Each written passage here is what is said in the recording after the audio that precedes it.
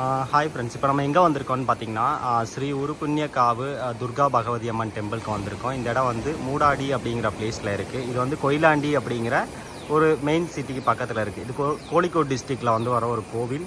இங்கே பார்த்தீங்க அப்படின்னா இப்போ போயிட்டு ஒரு உள்ள வீடியோஸ் ஃபோட்டோலாம் எடுக்கக்கூடாது, அதனால் வந்து வெளியே எடுத்துகிட்ருக்கேன்.